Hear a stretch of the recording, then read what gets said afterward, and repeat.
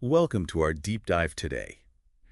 We're going underground, literally. Into the mines. Well, not exactly. We're diving into the world of mine safety officers. Ah, the unsung heroes of the mining industry. Exactly.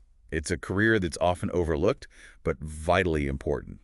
We're using some articles from RoleCatcher to guide our deep dive today. Great resource. Yeah, they have articles about what a mine safety officer actually does, and even some tips for anyone thinking about this career path. Sounds intriguing. So where do we start? What does a mine safety officer even do all day? Well, it's not just sitting at a desk, that's for sure. The RoleCatcher articles used words like inspect, investigate, train, advise. So it's a very active role. It sounds like it. And they emphasize the blend of field work and the office work. Makes sense. You need to be on site to assess risks. Right, like actually going into the mines to check equipment, observe safety procedures. And then back in the office, you'd be analyzing data, writing reports, updating safety protocols. It's like a constant loop of preventing problems before they even happen. Exactly. It's proactive safety management, which is crucial in an industry as inherently risky as mining. Speaking of risks, let's talk about the work environment itself. RoleCatcher didn't sugarcoat it. They used the word hazardous for a reason. And rightly so. You're often dealing with heavy machinery, uneven terrain, sometimes even working underground. It's not your typical 9-to-5 office job, that's for sure. What kind of person thrives in that environment? Someone who doesn't mind getting their hands dirty. Literally. You need to be adaptable, comfortable with unpredictable situations, and have a strong sense of responsibility. Because at the end of the day, it's about protecting lives. Absolutely. A mine safety officer is responsible for the well-being of everyone working at that mine. It's a high-pressure role. Definitely. They're the ones ensuring those miners go home safe every night. RoleCatcher had this example. Let me see if I can find it. Okay, so imagine there's been a minor incident involving a new piece of equipment. Okay, I'm following. So a mine safety officer would need to interview the workers involved, figure out what happened, analyze the equipment itself. To see if it malfunctioned or if there was human error involved. Exactly.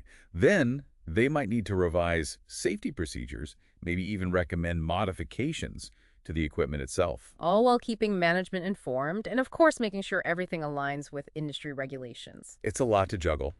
Technical expertise, people skills, problem solving, all rolled into one. It's a demanding role, but also incredibly rewarding, I imagine, knowing you're making a real difference in people's lives. Absolutely. But it's not for everyone. So the big question is, does this align with your values and goals? So how does someone actually become a mine safety officer? It's not like it's an entry-level job. Right. You'd be surprised. There are actually multiple paths you can take. RoleCatcher had some good examples. Oh, yeah. Like what? Well, internships are a great way to get your foot in the door. Right, get some hands-on experience. Exactly. And there are entry-level positions at mining companies that can lead to a safety role. So even if you're not a mine safety officer right away, you can still get familiar with the environment. Precisely. And one of the RoleCatcher articles mentioned shadowing experienced mine safety officers. Oh, like an apprenticeship almost. Yeah. It's invaluable to learn from someone who's been there, done that, see the challenges firsthand. One of the profiles mentioned starting as a safety inspector at a smaller mine, then work their way up. That's a common path. Start small, gain experience, then aim for larger, more complex mines. Makes sense. But it's not just about experience, right? I'm guessing education plays a big role too. Absolutely. A relevant degree is usually required, especially for senior level positions. What kind of degrees are we talking about here? Mining, engineering? That's a big one, for sure. But also things like occupational health and safety, industrial engineering. Oh, right, because it's not just about the mines themselves. It's about the people working in them. Exactly. And even environmental science and geology are becoming increasingly relevant. Yeah, with the whole sustainability aspect of mining. It's a multidisciplinary field. The more you know, the better equipped you'll be to handle the challenges. RoleCatcher also mentioned the importance of continuous learning. Huge. The mining industry is constantly evolving with new technologies and regulations. So you can't just rest on your laurels once you've got the job. Nope.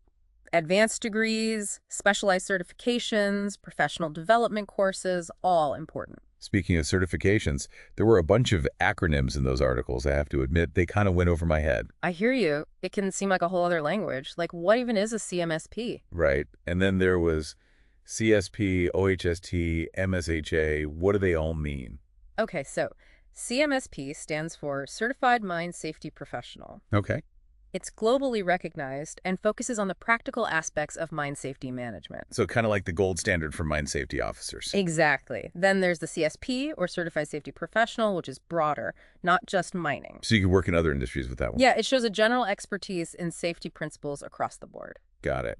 And what about those last two, OHST and MSHA? OHST is Occupational Health and Safety Technologist. More hands-on, focused on hazard identification. Okay. And MSHA is from the Mine Safety and Health Administration in the U.S. So that one's essential if you're working in the States. Absolutely. It ensures you're up to date on their specific regulations. It's like having a seal of approval from the top dogs of mine safety. All those certifications. They show you're serious about your career, committed to staying ahead of the curve. Speaking of staying ahead, RoleCatcher mentioned how technology is changing the game in mine safety. Oh, it's huge. AI, drones, automation, they're all playing a role. Like drones flying into dangerous areas to inspect things instead of sending a person. Exactly. Or AI systems that can analyze data in real time and identify potential hazards. It's incredible how technology can make mining safer and more efficient at the same time. Right. It's a win-win.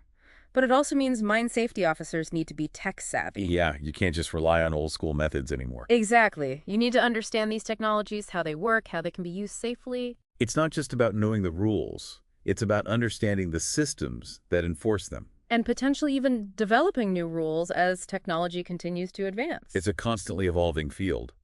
But before someone can even start implementing new technologies. Somebody needs to land the job. Exactly. And that means nailing the interview. And luckily, RoleCatcher has a whole section on that. Over 120,000 practice interview questions. RoleCatcher really went all out. It's impressive. They cover all sorts of industries and job titles. But luckily for us, they have a whole bunch specific to mine safety officers. Which is great, because those interviews can be tough. You need to know your stuff. Right. It's not just about seeming like a nice person. They want to make sure you can handle the pressure. Absolutely. Like, one question RoleCatcher mentioned was, can you describe a time when you had to investigate a safety incident? What was your approach? Oh, that's a good one. They're really trying to see how you think on your feet. Exactly. And how you apply your knowledge in real-world situations. Were there any other questions that stood out to you from those examples? There was one that I thought was particularly insightful. How would you prioritize safety improvements when working with a limited budget? Ooh, that's a tough one. Because let's be real, no company has unlimited resources. Exactly. You have to make tough decisions, prioritize the most critical areas. And be able to justify those decisions to management. Absolutely. It's about finding that balance between safety and practicality. Which is what makes those RoleCatcher resources so helpful. They force you to think critically. And prepare for the real-world challenges you'll face as a mine safety officer. It's not just about memorizing regulations. Right. It's about understanding the why behind them and being able to apply them in complex situations. And communicate those decisions effectively to others. Speaking of the future, do you ever wonder how this role will change? I mean, with all the technology coming into play. Oh, all the time. It's fascinating to think about. Like, will robots eventually replace mine safety officers altogether? I doubt it. While automation can certainly enhance safety, it also introduces new challenges. Right. Like, what happens if an AI system malfunctions? You need someone who understands both the technology and the mining environment. Exactly. So I think the role will become even more specialized. More about data analysis, understanding complex systems. That's still with that core focus on safety, protecting lives, even in an increasingly automated world. That's actually a really good note to end on. It's like, no matter how much technology advances, the human element of safety will always be crucial. Couldn't agree more. Well, that wraps up our deep dive into the world of mine safety officers. We covered a lot of ground today. From the day-to-day realities to the evolving skills needed to succeed. If you're intrigued by a career that's both challenging and rewarding, I highly recommend checking out RoleCatcher. They offer a wealth of resources, from job postings to those amazing interview prep tools. And who knows, maybe you'll be the one keeping miners safe in the future. Thanks for joining us on this deep dive. Until next time, stay curious.